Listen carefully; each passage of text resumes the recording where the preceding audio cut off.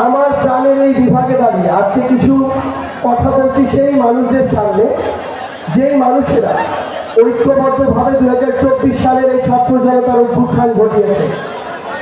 এখানে গুরুত্বপূর্ণ বিষয় কিছু নিয়ে আমাদের আলোচনা করা দরকার।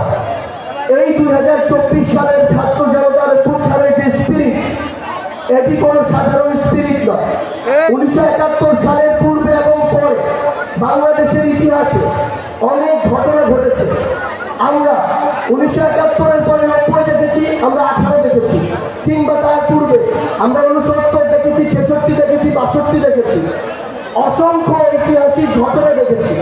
কিন্তু সবচেয়ে গুরুত্বপূর্ণ যে বিষয়, একটি স্বাধীন দেশে প্রায় 18 কোটি স্বাধীন মানুষ যখন 16 বছর ধরে একটি ফ্যাসিস্ট সরকারের হাতে জিম্মি হয়ে থাকে, তার মত প্রকাশের স্বাধীনতা জিম্মি হয়ে থাকে, তার ভোটাধিকার জিম্মি হয়ে থাকে, তার যে অন্যান্য মৌলিক অধিকার সেগুলো জিম্মি হয়ে থাকে, তখন প্রথম একটি দেশে স্বাধীনতার সার্বভৌমত্বের পরে দ্বিতীয় পর্যায়ে আবার একটি স্বাধীনতার জন্য এদেশের ছাত্র জনতা নিজের জীবন দেওয়ার জন্য রাস্তায় ঝাঁপিয়ে পড়ে।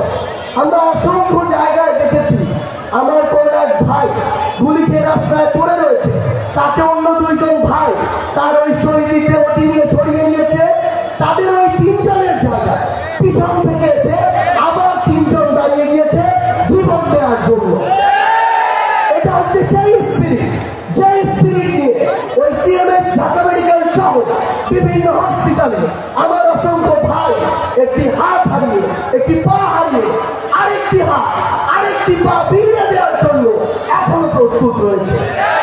এটি হচ্ছে সেই স্পিরিট। আমার যে ভাই তার নিজের 2টি চোখ হারিয়ে পৃথিবীকে দেখার যে চিরতর বাসনা, সেই বাসনাকে ধূলিসাৎ করে তার পরিবারে তার প্রিয় মানুষগুলো, তার সন্তান, তার সহধর্মী, এই মানুষগুলোকে সারা জীবনের জন্য দেখার যে দৃষ্টি, সেই দৃষ্টি 2 চোখ হারিয়ে এখনো তার নিজের জীবন দেওয়ার জন্য প্রস্তুত রয়েছে। আমাদের বুঝতে হবে এই যে 2024 সালের ছাত্র জনতার যে স্পিরিট, সেই স্পিরিট এমনি এমনি তৈরি হয়নি।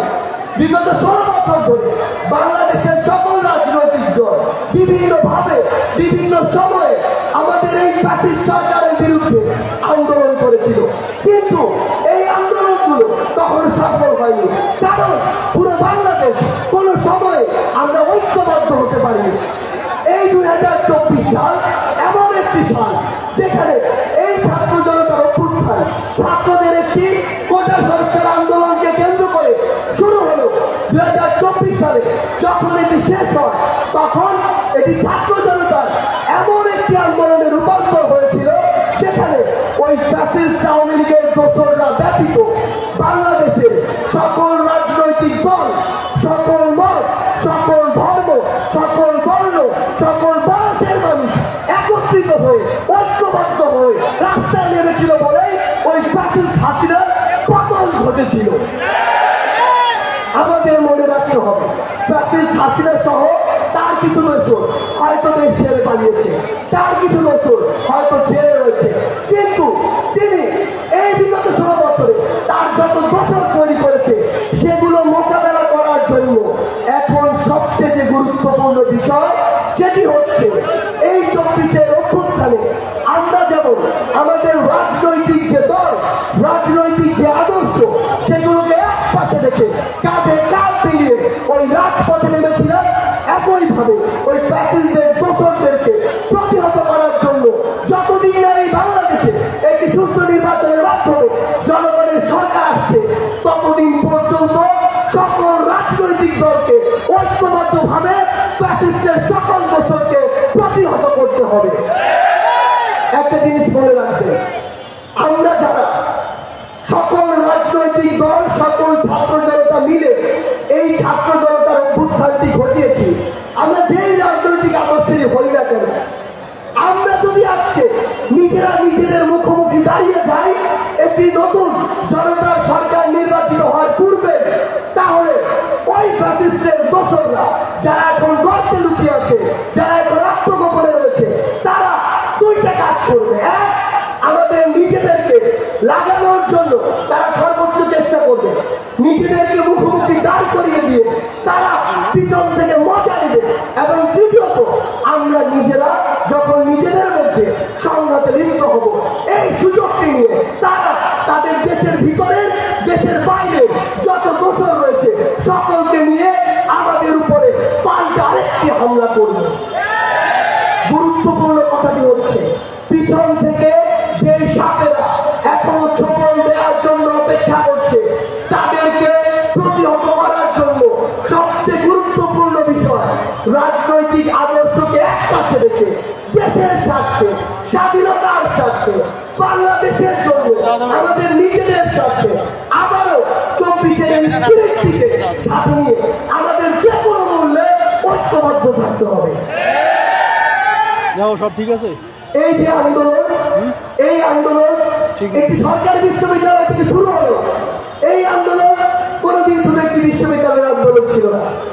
এই আন্দোলন যেদিন আমি ঢাকা বিশ্ববিদ্যালয় থেকে আমি আমার ভাই বোনেরা আমাদেরকে বাধ্য করে বের করে দেওয়া হয়, সেদিন আমরা ভাবছিলাম এই আন্দোলন মনে হয় শেষ হয়ে গিয়েছে, শেষ হয়ে যাচ্ছে। কিন্তু তারপরে আমার প্রাইভেট বিশ্ববিদ্যালয়ের ভাই বোনেরা, স্কুল কলেজ মাদ্রাসার ভাই বোনেরা যেভাবে ঐক্যবদ্ধ হবে এই 17 তারিখে প্রতিহত করেছিল, এই 15 তারিখে আবার নতুন করে নেমেছিল, এই 16 তারিখে যখন তারা ওইভাবে আবার জীবন দেওয়ার জন্য প্রস্তুত হয়েছিল, তখন এই আন্দোলন নতুন করে আবার শুরু হয়েছে। এই আন্দোলনে প্রত্যেকেরই তার জায়গা থেকে সর্বোচ্চ অবদান রয়েছে। আমাদের কোনো প্রয়োজন নেই কাউকে ছোট করার, কাউকে বড় করার, কারণ আমরা জানি না কে কার জায়গা থেকে কতটুকু সাফার করেছে, কতটুকু কষ্ট করেছে।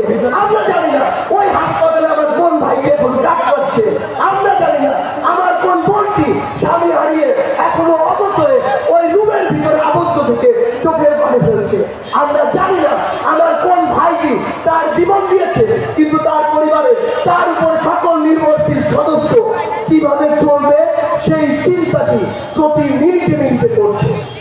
সেই জায়গা থেকে আজকে যদি আমরা আবার ওই রাজনৈতিক আদর্শকে সামনে রেখে বিভাজিত হয়ে নিজেদের মধ্যে এই গাদা ছোড়াছড়ি শুরু করি, তাহলে যেটি হবে, এই যে 24-এর ছাত্র জনতার যে অভ্যুত্থান, এই অভ্যুত্থানে সকল স্ত্রী এই ধুলায় এত সহজেই মিশে যাবে। এবং যেটি আজকে যেমন আজকে থেকে 50 বছর পরে, 100 বছর পরে যখন বাংলাদেশের ইতিহাস দেখা হবে, তখন আমাদেরকে সেই অংশের অন্তর্ভুক্ত করা হবে যারা একটি স্বাধীনতা সৌভাগ্যক্রমে পেলেও সেটি রক্ষা করতে পারেনি। আমরা কি ইতিহাসের সেই কালাংশ হতে চাই? আমরা ইতিহাসের সেই কাল্পিক হতে চাই? যদি না চাই, তাহলে এই রাজনৈতিক আদর্শ দলাদলিতে এক পাশে রেখে অন্তত যতদিন একটি জনগণের দ্বারা নির্বাচিত সরকার না হচ্ছে, ততদিন আমাদেরকে ঐক্যবদ্ধ থাকতে হবে।